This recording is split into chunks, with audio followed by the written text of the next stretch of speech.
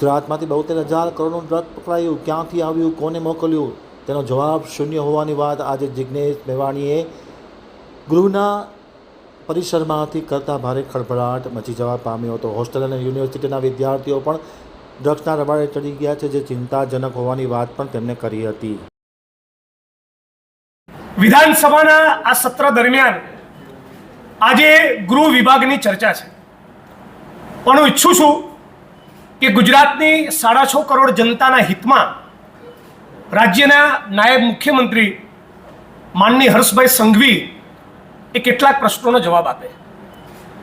ગાંધી અને સરદારે શું કોઈ દિવસ એવા ગુજરાતની કલ્પના કરી હશે કે જ્યાં વર્ષના 365 દિવસ 33 જિલ્લા અને 250 તાલુકામાં જોઈએ એટલો દારૂ ઉપલબ્ધ હોય? શું ગાંધી અને સરદારે કોઈ દિવસ એવા ગુજરાતની કલ્પના કરી હશે જ્યાં લગભગ 240 જેવી એવી દીકરીઓ હોય જેની ઉપર એક અખબારી અહેવાલ પ્રમાણે એકવાર બળાત્કાર ગુજારવામાં આવ્યા બાદ ફરી એ દીકરીઓ ઉપર 240 જેટલી દીકરીઓ પર ફરી બળાત્કાર ગુજારવામાં આવ્યો હોય? શું ગાંધી અને સરદારે કોઈ દિવસ એવા ગુજરાતની કલ્પના કરી હશે જ્યાં આપણી શાળા, કોલેજ, યુનિવર્સિટી અને હોસ્ટેલના રૂમ સુધી સિન્થેટિક કેમિકલ એમડી ડ્રગ્સ પહોંચી જાય? શું ગાંધી અને સરદારે કોઈ દિવસ એવા ગુજરાતની કલ્પના કરી હશે જ્યાં 8 વર્ષના, 10 વર્ષના, 12 વર્ષના, 15 વર્ષના બાળકો એ પેટ્રોલ સૂંઘે, ડીઝલ સૂંઘે, ગ્લુ સૂંઘે, સોલ્વન્ટ સૂંઘે, ટર્પેન્ટાઇન સૂંઘે અને આનો 8, 10, 12 વર્ષના બાળકો નશો કરતા થઈ જાય આપણા ગુજરાતમાં? બહુ મોટી ચિંતાનો વિષય એ છે. સવાલ એ છે કે ગુજરાતમાં એવી શું પરિસ્થિતિનું નિર્માણ થયું કે માનનીય નરેન્દ્રભાઈ જ્યારે મુખ્યમંત્રી હતા, માનનીય આનંદીબેન પટેલ જ્યારે મુખ્યમંત્રી હતા, માનનીય વિજયભાઈ જ્યારે મુખ્યમંત્રી હતા, ત્યારે પણ આપણા ગુજરાતમાં ડ્રગ્સનો આવો કાળો કારોબાર નહોતો જે છેલ્લા 5 વર્ષમાં જોવા મળ્યો છે. 72,000 કરોડનું ડ્રગ્સ એ ગુજરાતના દરિયાકાંઠે આવ્યું તો સવાલ એ થઈ રહ્યો છે કે રાજ્યની પોલીસ અને ગૃહ વિભાગ જેની ધરપકડ કરે છે એ તો નાની માછલીઓ છે.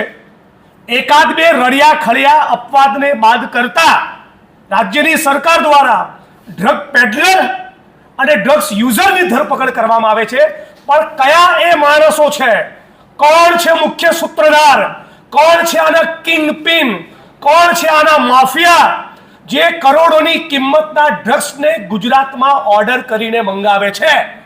અરે જે 72,000 કરોડનું ડ્રગ્સ ગુજરાતના દરિયાકાંઠે આવ્યું, કેદારીના પોર્ટ ઉપર આવ્યું, એ ડ્રગ્સનું ઓર્ડર કરનારા માણસોએ કઈ રીતે પેમેન્ટ કર્યું? ચેક આપ્યો, કેશથી પેમેન્ટ કર્યું, હવાલો પાડ્યો? આની ફાઇનાન્શિયલ ટ્રેલ આજ દિન સુધી ગુજરાતની પોલીસ એસ્ટાબ્લિશ કરી શકી નથી. બહુ મોટી ચિંતાનો વિષય છે કે મીડિયાના રિપોર્ટ્સને વિપક્ષ તરીકે અમે જે ઓબ્ઝર્વેશન કરીએ એના સ્થાન ઉપર છે, પણ ભારત સરકારના સમાજ કલ્યાણ વિભાગના વર્ષ 2019ના રિપોર્ટ પ્રમાણે આપણા ગુજરાતમાં 2019માં 19 લાખથી વધુ ડ્રગ્સ યુઝર્સ જોવા મળ્યા છે.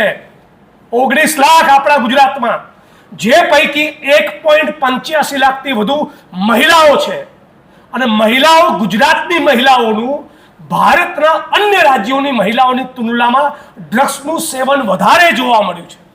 જો દેશમાં 100માંથી 7.41 બહેનો ડ્રગ્સનું સેવન કરતી હોય તો આપણા ગુજરાતમાં 100માંથી 9.81 મહિલાઓ ડ્રગ્સનું સેવન કરતી જોવા મળી છે.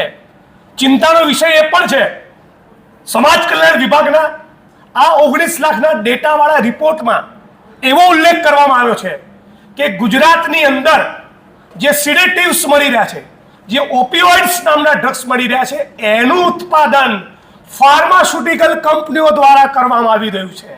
તો સવાલ એ છે કે શું રાજ્યના ગૃહમંત્રીએ, મુખ્યમંત્રીએ, ડીજીએ, હોમ સેક્રેટરી, પોલીસ પ્રશાસને ગુજરાતની ફાર્માસ્યુટિકલ કંપનીઓને આઈડેન્ટિફાઈ કરી, એમની પર તવાઈ બોલાવી, એમને ઇન્ટ્રોગેટ કર્યા, એમને ગ્રીલ કર્યા, એમને સવાલ પૂછ્યો કે તમે કયા નશાકારક પદાર્થોનું ઉત્પાદન કરી રહ્યા છો કે ભારત સરકારના સમાજ કલ્યાણ વિભાગના રિપોર્ટે એનો જિક્ર કરવો પડ્યો છે?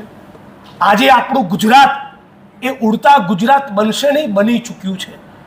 19 લાખ લોકો 2019ની સાલમાં ડ્રગ્સની ચુંગાલમાં ફસાયા.